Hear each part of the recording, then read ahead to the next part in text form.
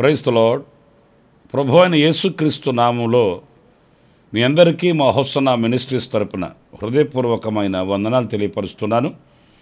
ప్రభు మిమ్మల్ని ఆశీర్వదించి దీవించునుగాక. ప్రియులారా, పరిశుద్ధ గ్రంథంలో నుంచి ఈ పూట పరిశుద్ధుడైన పౌలు ఎఫెసు సంఘానికి రాసిన పత్రిక 2వ అధ్యాయం 8-9 వాక్యాలు నేను చదువుతున్నాను.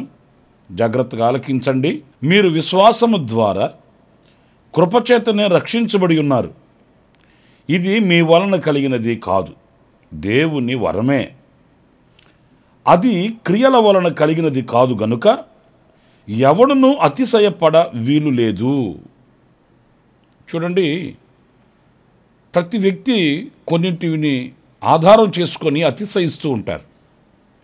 కొందరికి ధనమును గూర్చి అతిశయం, మరికొందరికి బలమును గూర్చి అతిశయం, మరికొందరికి జనమును గూర్చి అతిశయం. మాకు అంత ఉంది ఇంత ఉంది అని ప్రగల్భాలు పలుకుతూ ఉంటారు. వాటి యందు వాళ్ళు అతిశయించి ఆనందిస్తూ ఉంటారు. అవన్నీ మనం లోకంలో చూస్తూ ఉన్న పరిస్థితులే. ఆ రీతిగానే ఒక ఆత్మీయుడైన ఒక విశ్వాసి అయిన వ్యక్తి కూడా రక్షణను బట్టి నేను రక్షించబడ్డాను, లేక నేను తప్పించబడ్డాను, లేక నేను విమోచించబడ్డాను అని అతిశయోక్తిగా మాట్లాడుకోవడం కాదు, కానీ ఇది దేవుని ద్వారా కృపచేతనే అనుగ్రహింపబడినది.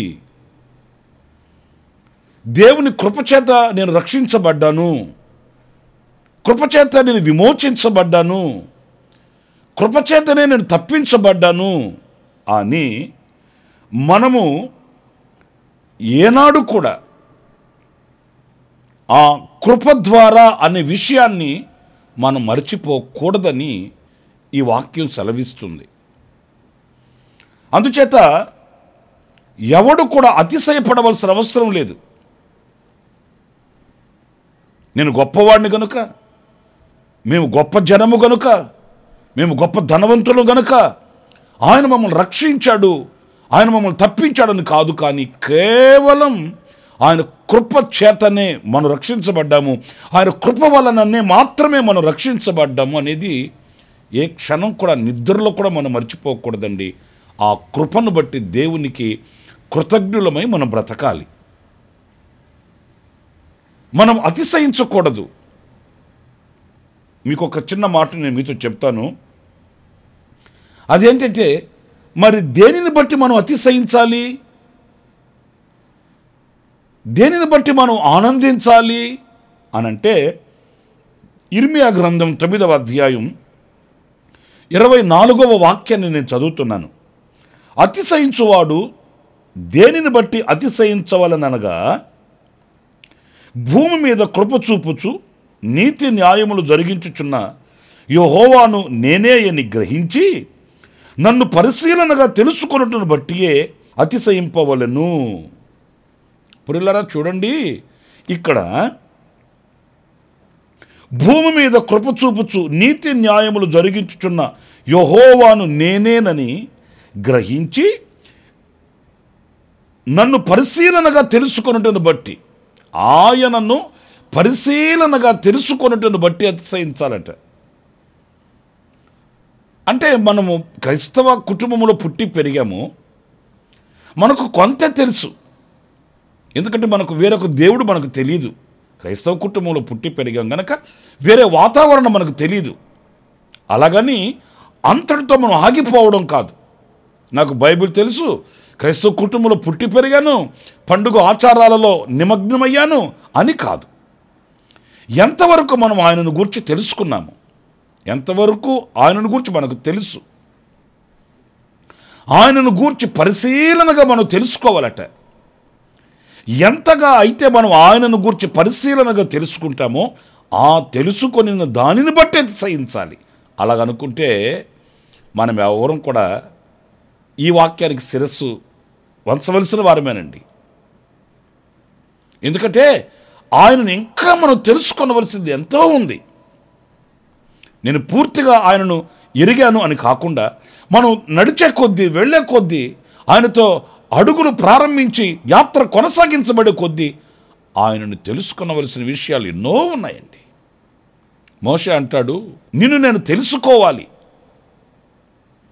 నిన్ను నేను ఎరిగిన వాడను కావాలి. నిజమే, మోషే అంతటి గొప్ప దైవజనుడే నేను నిన్ను తెలుసుకోవాలి అన్నాడంటే, ప్రియులారా, తెలుసుకోకుండానే ఆయన సమస్తాన్ని విడిచిపెట్టి వచ్చాడంటే అది కాదు. మన తుది శ్వాస వరకు కూడా, కడశ్వాస వరకు కూడా ఆయనను ఒక క్రొత్త రీతిలో, ఒక క్రొత్తదైన పద్ధతిలో మనము ఆయనందు ఆనందించవలసిన వారం అండి.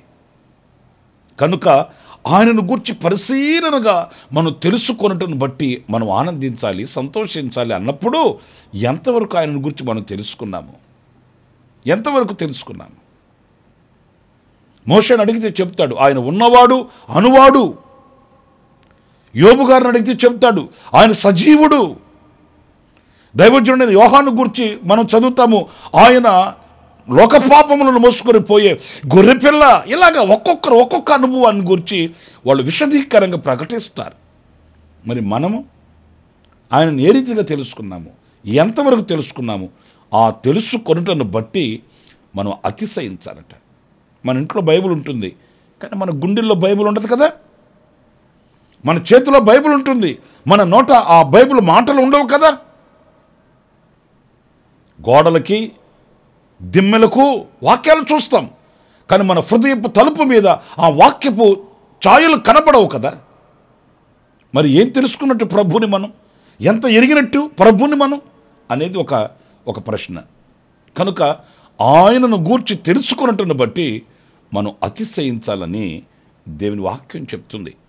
మరొక మాట, మీరు గలతీ పత్రిక 6వ అధ్యాయం 14వ వాక్యం చదివితే, మన ప్రభువైన యేసుక్రీస్తు సిలువ యందు తప్ప మరి దేని యందును అతిశయించుట నాకు దూరమవునుగాక.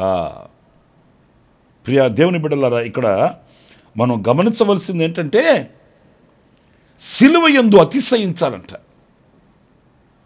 సిలువ యందు అతిశయించడానికి ఏముంది అందులో అనంటే, సిలువ యందు ఒక బలియాగం జరిగింది, సిలువ యందు ఒక పాప పరిహారం కలిగింది.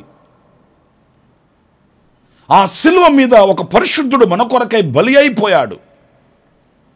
నేను అతిశయించగలిగితే, అదిగో నా కొరకు ప్రాణం పెట్టిన, నా కొరకు బలి అయిపోయిన, నా కొరకై రక్తం కార్చి గొల్లగా మార్చబడి నాగటి చాలు వలె దున్నబడిన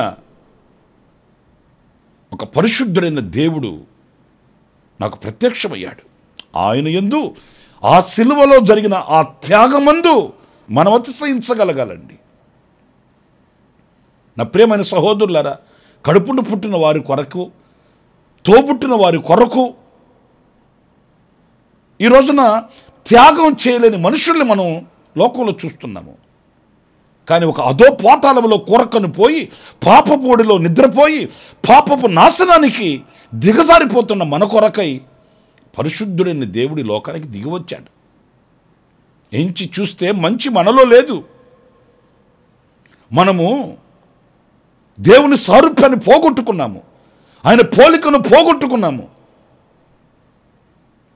కానీ ఈ శిథిలమైన మానవాళి కొరకై యేసుక్రీస్తు ఈ లోకానికి దిగివచ్చి ఆయన పవిత్రమైన పరిశుద్ధమైన రక్తంతో మనల్ని కడిగి పరిశుద్ధపరిచి మరలా ఆయన రూపాన్ని మనలో పోశాడు.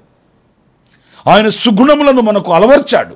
పాపభూయిష్టమైన మన హృదయాన్ని పరిశుద్ధపరిచి పవిత్రపరిచి ఆయన రూపమునకు సమరూపముగా మనల్ని ఆయన మలచుచు మార్చుచున్నాడు.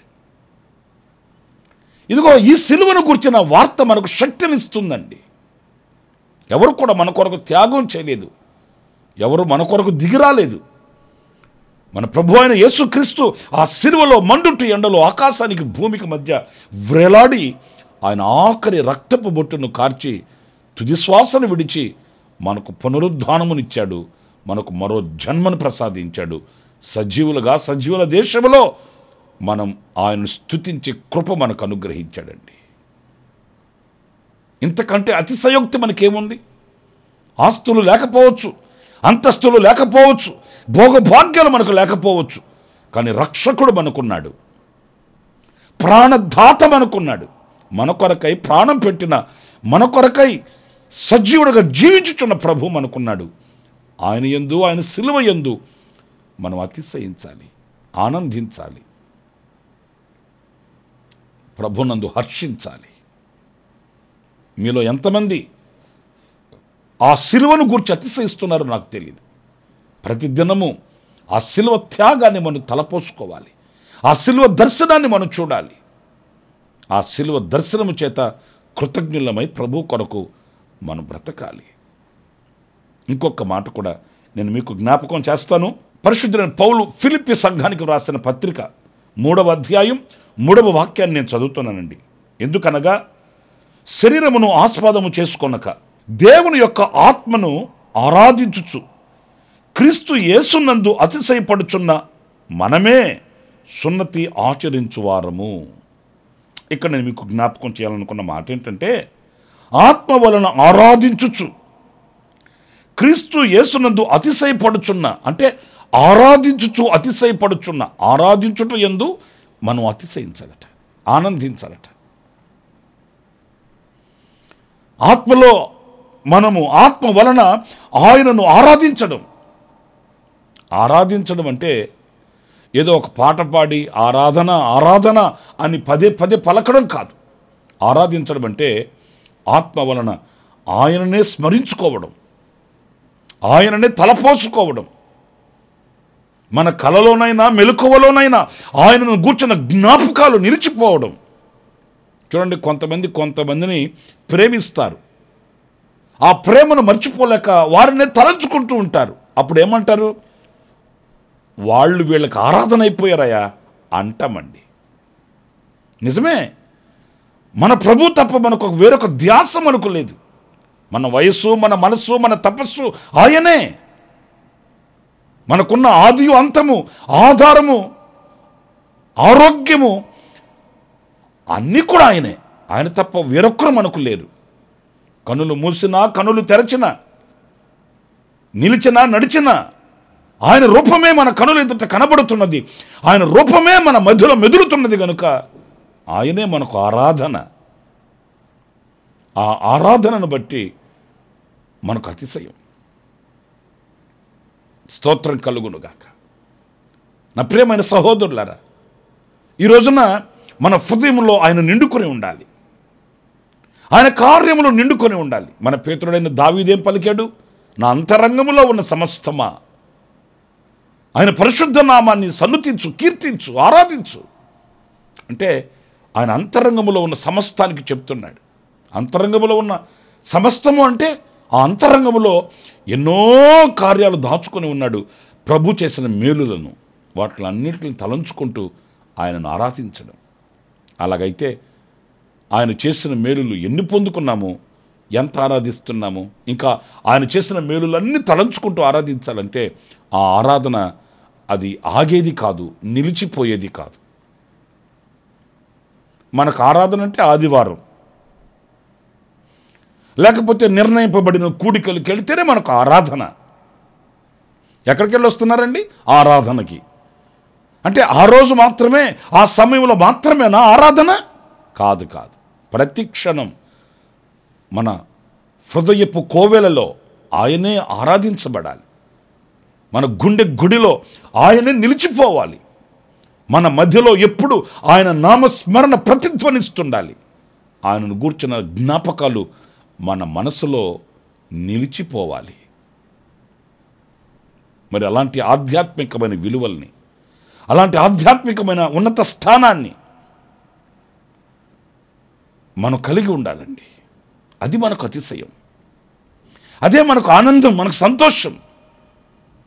లోకంలో నేను ఎంత ఘనుడను అని కాదు, ఘనుడగు దేవునిని నేను ఎంత ఆరాధిస్తున్నాను. ఎవరో చెప్తుంటే నేను విన్నానండి.